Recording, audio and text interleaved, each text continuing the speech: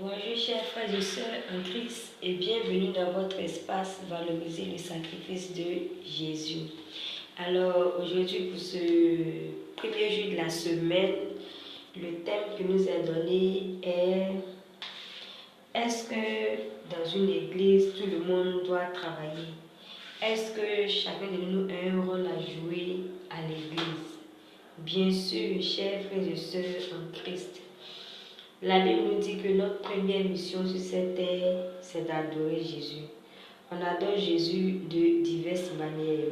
L'Église, c'est comme un être tout entier.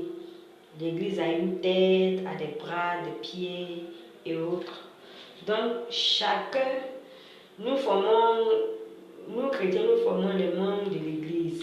Donc, chacun à son niveau a un rôle à jouer. Le prophète ou bien le pasteur, le prédicateur a son rôle à jouer, les chantres ont leur rôle à jouer, les joueurs de batterie ont leur rôle à jouer. En tout cas, chacun de nous, à un niveau que ce soit, a forcément un rôle à jouer dans l'église.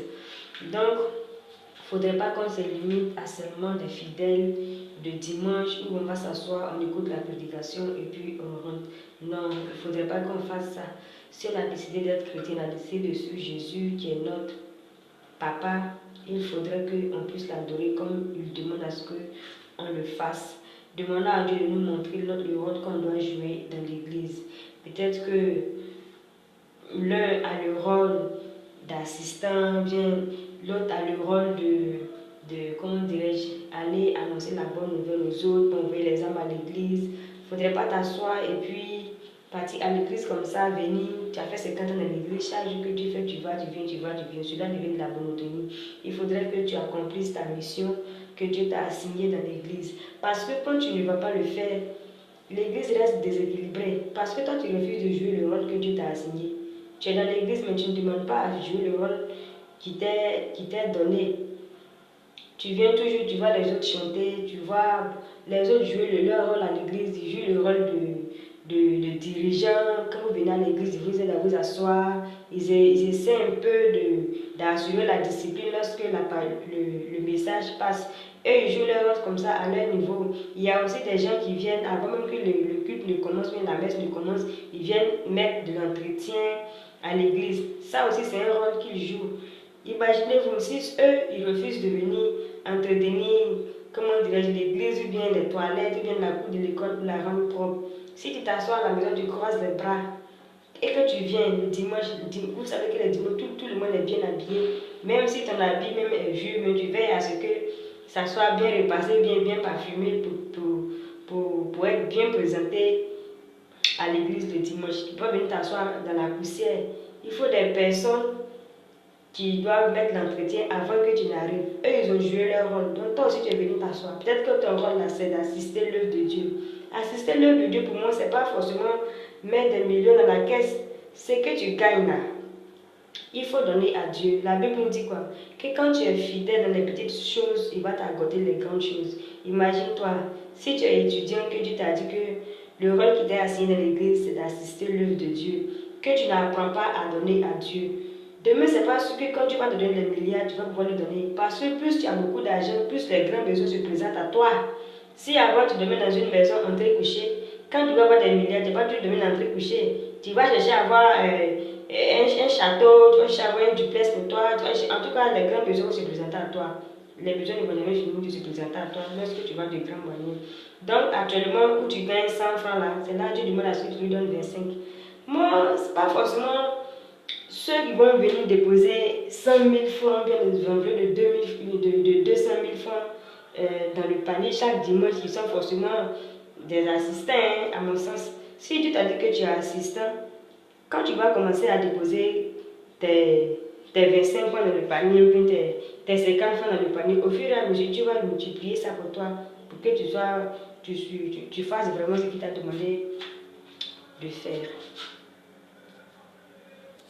Et il y a aussi un problème qui se pose au niveau de tous ces rôles que nous sommes assignés dans la maison de Dieu. Aujourd'hui, ce n'est pas parce que tu as vu ta camarade aller prendre le micro pour chanter que toi aussi tu veux devenir forcément chanteur. ou bien ça parce que tu as vu l'autre en train de taper tam-tam et en train de jouer le piano, que toi aussi tu vas vouloir faire ça. Dans l'église, là, chacun de nous a forcément ce que Dieu a demandé à ce qu'il fasse là. Chacun de nous a forcément ça. Donc, il ne faut pas passer non, comme chaque dimanche, la personne vient s'arrêter devant pour chanter, ça me plaît, moi aussi je veux chanter. Il ne faudrait pas que ça te plaise. Il faut que ça soit vraiment le rôle que tu dois jouer dans l'église. Parce que si ça te plaît, puis tu vas t'arrêter, tu ne peux pas faire ça bien. Un chant de l'église et puis chant du monde, là, c'est deux choses vraiment différentes. Quand on va à l'église, c'est du spirituel qu'on va pratiquer. Il ne faudrait pas que ta chanson vienne distraire les gens, ta chanson vienne. Genre, toi, tu es en train de chanter. Le fidèle qui est assis en face de toi-même, il se trouve déjà dans une boîte de nuit, il est en train de penser, mais non, c'est pas ça. Il faut que ta chanson soit une chanson, un chant vraiment spirituel, un chant même qui va ramener même tes frères et ceux qui t'écoutent là vers leur Père, qu'ils soient vraiment disposés à travers ta chanson, que ta chanson ait vraiment un impact, qu'il y ait vraiment quelque chose de même pour pouvoir toucher les âmes qui t'écoutent. C'est en cela qu'on dira que vraiment la chanson là, c'est vraiment le rôle que tu dois jouer dans l'église là. C'est le rôle, ton rôle là, c'est de chanter. Moi, je suis vraiment peiné de voir des chants dans une église, ils viennent chanter, mouche même ne peut même pas trembler. C'est-à-dire, toi-même tu chantes même là, les gens me disent, attends, toi-même là, qu'est-ce que tu es en train de faire même? Apprenons à être spirituel. Même quand tu ramasses même les feuilles qui sont tombées dans l'église, c'est un travail spirituel que tu fais. Tout ce que nous faisons dans l'église est un travail spirituel. C'est un travail spirituel pourquoi? Parce que ce Dieu qu'on adore là, on ne le voit pas, il est esprit. Donc tout ce qu'on fait pour lui là, on ne le voit pas, mais on fait ce travail pour lui. Donc c'est un esprit qu'on adore. Du coup, ça devient une chose spirituelle. Donc demandons la présence de cet esprit pour pouvoir vraiment nous aiguiser dans ce travail qu'on a décidé de faire pour lui là. Il ne faudrait pas qu'on fasse ça comme ça. Parce que quand tu vas le faire comme ça là, c'est un truc spirituel, toi tu ne le vois pas. Souvent tu seras tenté.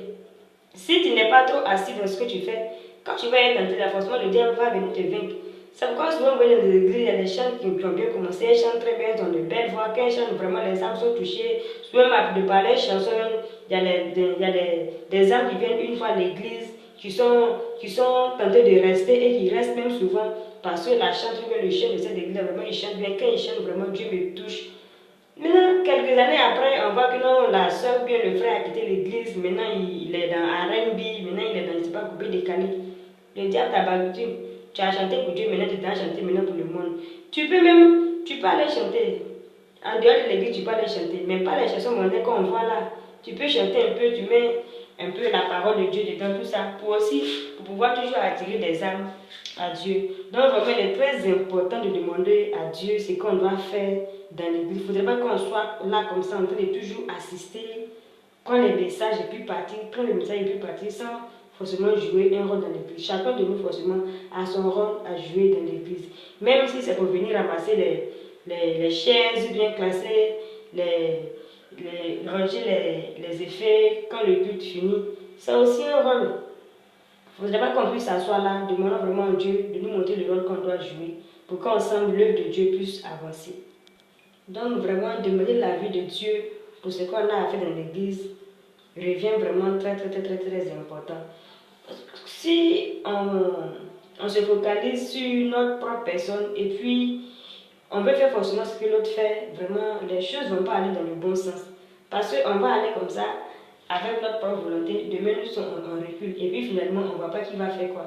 Or, quand tu demandes à Dieu de te montrer ce que tu as fait dans l'église, tu es focalisé sur la chose, tu pries toujours dans ce sens-là pour que Dieu puisse vraiment te maintenir dans ce que tu as demandé de faire pour ne pas que tu puisses dérailler. Parce que, comme je l'ai dit tantôt, notre première mission sur cette terre, c'est d'adorer Dieu. Donc, si tu ne le fais pas là, c'est aussi que dans l'église, tu ne fais pas une chose même qui est en rapport avec l'adoration de Dieu. Il faut te dire que quelque part, tu n'es pas sur la bonne voie. Donc, il n'est pas toujours tard, comme on le dit, il n'est pas tard de bien faire. Si tu as entendu le message, il faut essayer de vraiment te mettre sur la voie, demande à Dieu de te montrer ce qu'il y a Dieu que tu fasses dans sa maison. C'est en cela qu'il va toujours continuer de te bénir. Il va toujours continuer d'ouvrir les portes. Parce que souvent les bénédictions que nous cherchons sur cette terre-là, ça ne va pas venir de notre propre volonté. Sinon tout le monde est ambitieux. Tu ne peux pas aller, je sais pas, toujours voyager en 4 avions, bien bâtir des châteaux, des cadres, c'est pas-ci, on veut tous faire ça. Mais tant que tu ne fais pas pour Dieu, c'est pas ce que Dieu puisse faire pour toi. Donc, faisons d'abord ce qui est essentiel. ce qui est nécessaire, le reste là, Dieu va nous donner ça après. Dieu connaît les désirs de ton cœur, c'est lui qui t'a créé, il te connaît mieux plus que toi-même tu penses que tu te connais là. Donc si tu fais le peu qu'il t'a demandé de faire là, il faut t'asseoir seulement, le reste là, ça va venir comme ça. Sans même que tu aies à demander même là, il va te surprendre avec les bénédictions, il va te surprendre avec les grâces, il va t'ouvrir des portes même que tu n'as jamais imaginé, mais qui puissent t'ouvrir. Donc vraiment l'essentiel pour nous sur cette terre, c'est d'abord faire le travail de Dieu à n'importe quel niveau que ce soit. Tu as demandé d'être chant, tu as demandé d'être vraiment un serviteur de Dieu, je veux dire un prédicateur, tu as demandé d'être vraiment un choriste, ou bien balayer l'église, mettre l'entretien, tout ça. C'est vraiment un rôle qui n'est pas à négliger. Donc, voici un peu ce que je peux dire sur ce qui concerne le rôle que tout un chacun de nous doit jouer dans l'église. Vous avez forcément des ajouts à faire, vous avez forcément un plus à apporter sur ce que je viens de dire. Donnons toujours des idées pour qu'on puisse s'édifier les uns les autres pour vraiment booster notre marche avec Jésus-Christ. Bon début de semaine à tout un chacun de nous et Dieu nous bénisse.